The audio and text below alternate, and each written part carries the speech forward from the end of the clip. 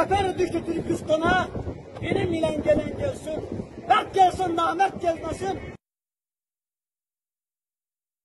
Kim adalet edemizge, Doğu Türkistan'daki, Zindan'daki, Vadiye'deki soydaşlarımıza sahip çıkarsa, oradaki din kardeşlerine sahip çıkarsa, onların sesi olursa, karşımızda Kemal Atatürk gibi Doğu Türkistan'ın özgürlük için destek verse, bunun yanında olun.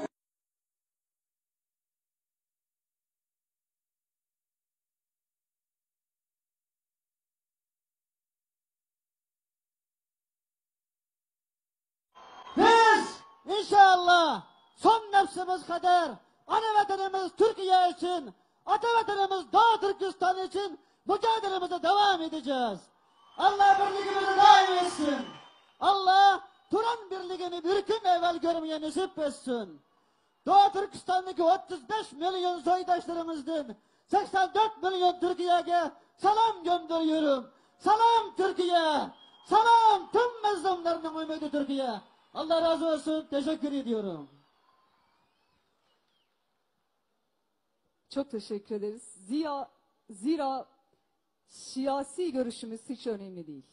Bizler dünya insanı, dünya vatandaşı olarak zulme karşıyız. Aslında bugün, çok teşekkür ederiz Sayın Başkanım. Aslında bugün bu tablo, bu resim dünya vatandaşlarının, vicdanı olan insanların resmi tablosuydu. Biz zulme karşıyız.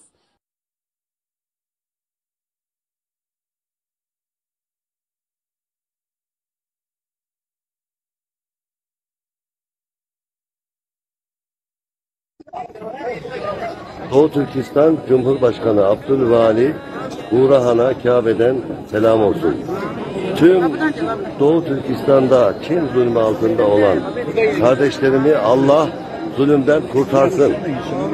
Amin.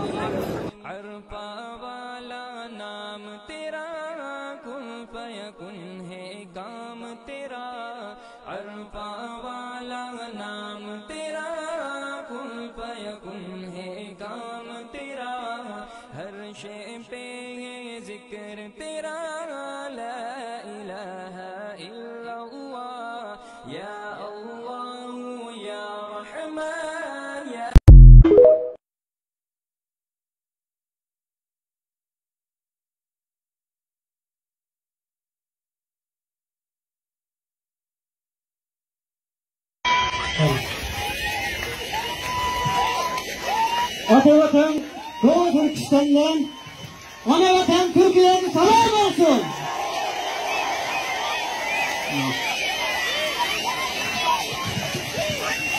Al bayraktan, gök bayraklı selam olsun. Selam, 16 milyon güzel İstanbul halkı.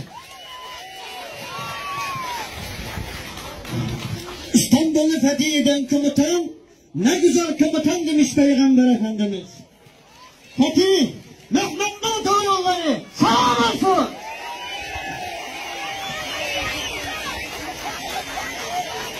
İstanbul, Fatih Sultan Mehmet'ten, tüm İstanbul halkıca, tüm Türkiye'ye emanettir. Türkiye Cumhuriyetimiz, Hacı Mustafa Kemal Atatürk'ün, tüm Türk dünyasına emanettir.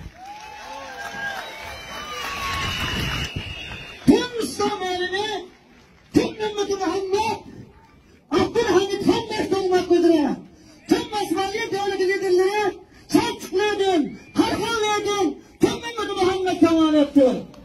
Ben bugün,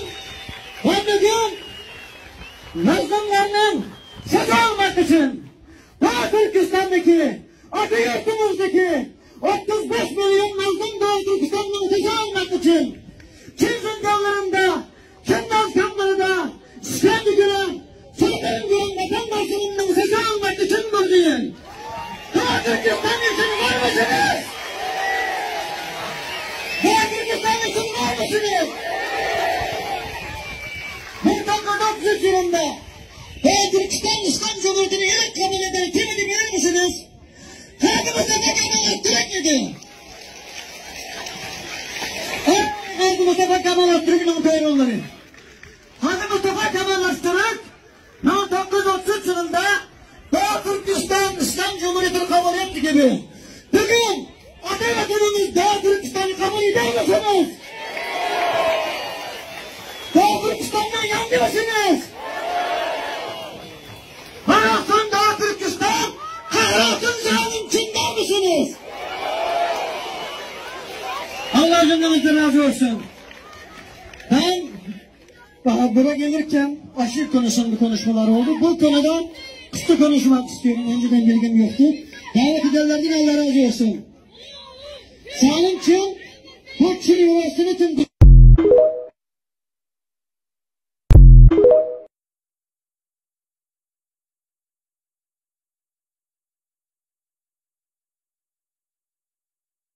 Doğu Türkistan özgürlüğü çok yakında. Çok yakında. Allah şahidim olsun çok yakında. Ama bunun için bu Türk milleti, bu insanlık arkamızda, yanımızda olması lazım. İftiralar ve hükümetlerini, oyunlarını bozması lazım. Bizi yalnız bırakmaması lazım. Yanımızda dimdik durması lazım. Allah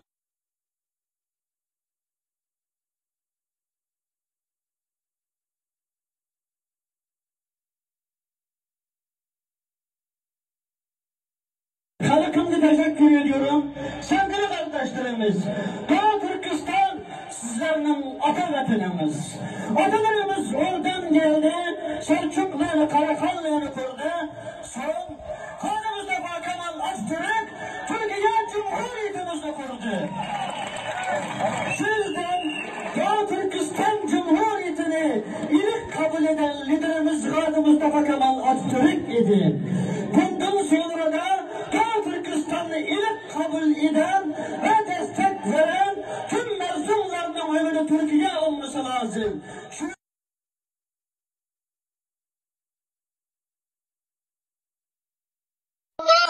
Çanakkale'de Doğu Türkistan'ın gelip şehit olan şehitlerimiz var.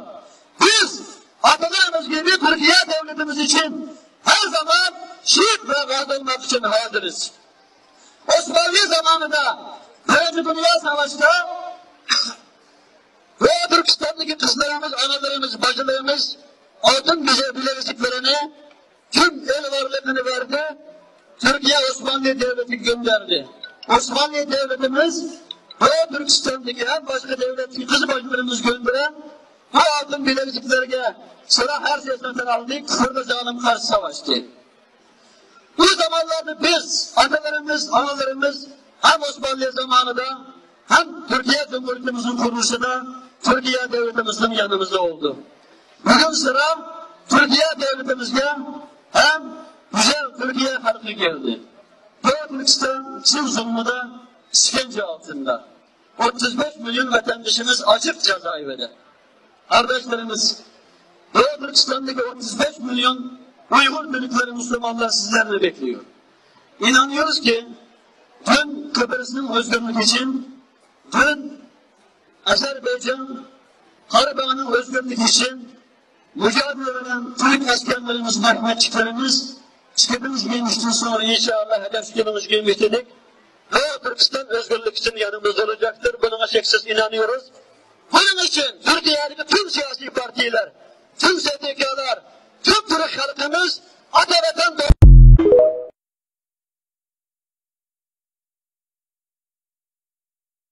Çok teşekkür ediyorum. Çok kıymetli misafirlerimiz var aramızda. Doğu Türkistan Cumhurbaşkanı Doğu Türkistan Cumhurbaşkanı Sayın Hacı Abdülvali Burhan Osman aramızda. Kendine bir kısa bir selamlama konuşması yapacak. Kuvvetli alkışlarınızla kendisini sahneye davet ediyoruz. Sahnede Sayın Cumhurbaşkanı. Anavatan Doğu Türkistan'dan Anavatan Türkiye'ye selam olsun.